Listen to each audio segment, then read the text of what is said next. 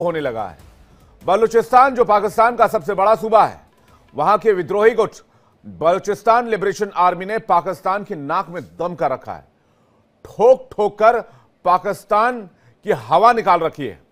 एक के बाद एक बड़े हमलों को अंजाम दिया जा रहा है। सूबे के मंत्री के घर से लेकर डिप्टी कमिश्नर तक के घरों पर हमले हो रहे हैं। थानों को दिन दहाड़े लूट लिया जा रहा है। एक हफ्ते पहले हुए हमले में तो पाकिस्तानी आर्मी के 47 सैनिक मारे गए थे। तो यह कहानी बीएलए की है, यानी कि बलोच लिबरेशन आर्मी। कहानी एक और है, कहानी है टीटीपी की।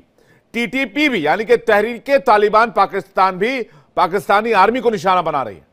पाकिस्तान के हुक्मरानों को निशाने पर लिए हुए है। तालिबान भी बॉर्डर पर सीना थाने खड़ा है। ऐसे में सवाल यही है कि आतंक को पालने वाला पाकिस्तान क्या पस्त पड़ चुका है? क्या टीटीपी और बीएलए और तालिबान के सामने पाकिस्तान घुटने टेक देगा? इसी पर आज मेहमानों से करेंगे बातचीत, लेकिन उससे पहले आपको एक रिपोर्ट दिखाते हैं पाकिस्तान के ताजा हालात क्या हैं और पाकिस्तान और तालिबान के बीच इस वक्त क्या चल रहा है।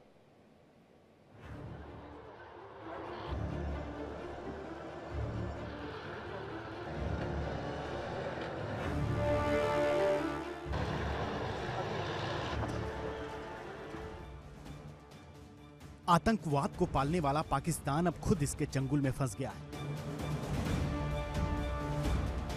टीटीपी एक के बाद एक बड़े हमले को अंजाम दे रहा है। अफगानिस्तान के साथ भी बॉर्डर पर टेंशन है और इसी बीच अब बलूच विद्रोहियों ने भी हमले तेज कर दिए हैं। पाकिस्तान के बलूचिस्तान प्रांत में हथियारबंद विद्रोहियों ने 3 बड़े हमले को अंजाम दिया है। रिपोर्ट्स के मुताबिक पहले हमले में विद्रोहियों ने बलूचिस्तान के वित्त मंत्री शोएब नौसेर वानी के घर पर हैंड ग्रेनेड दागे। दूसरी घटना में कलात के डिप्टी कमिश्नर के घर पर ग्रेनेड फेंके गए। हमले में एक पुलिस गार्ड गंभीर रूप से जख्मी हो गया।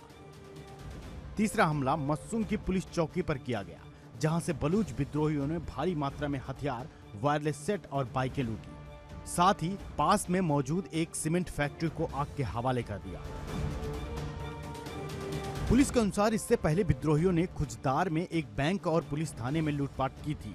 पुलिस ने इन सभी घटनाओं के लिए बलूचिस्तान लिबरेशन आर्मी को जिम्मेदार ठहराया है। ये तो सिर्फ बानगी है।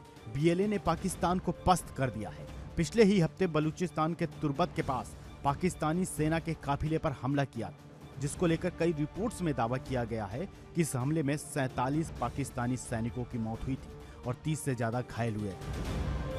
इन सब घटनाओं को देखने से एक बात तो साफ हो जाती है कि पाकिस्तान के हाथ से बलूचिस्तान रेत की तरह फिसल रहा है और पाकिस्तान आर्मी, आईएसआई और शहबाज सरकार गाल बजाने में मस्त है। Bureau report, India daily.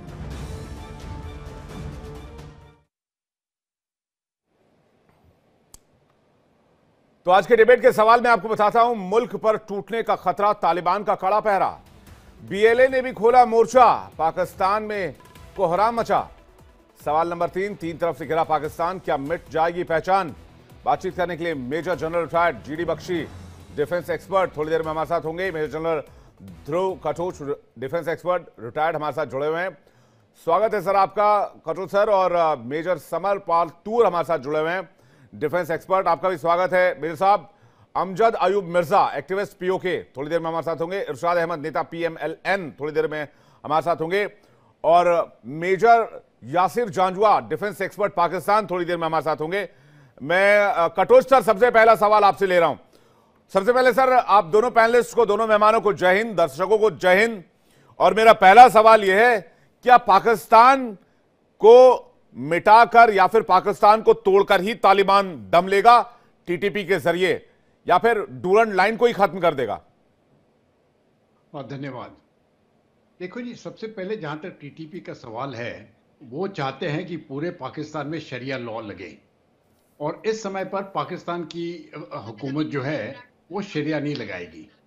तो उनका युद्ध टीटीपी के साथ ये लंबे दौरे तक चलेगा, लेकिन ज्यादा करके ये खैबर पख्तूनख्वा में ही चलेगा, केपी में। यहाँ पर नहीं, यहाँ पर इस सिर्फ एक बात सोचने की है, जो पाकिस्तान की सेना उधर डिप्लॉय होगी, इसको सिर्फ कंट्रोल रखने में ये आधी उनकी सेना उधर ही निकल जाएगी। और ये बहुत मुश्किल काम है, क्योंकि ये पूरा पहाड़ी इलाका है, और पाकिस्तान की सेना की मुश्किलात बढ़ती जाएगी, खास करके क्योंकि उनका जो रिश्ता जो अफगानिस्तान से है वो बिल्कुल बिगड़ चुका है।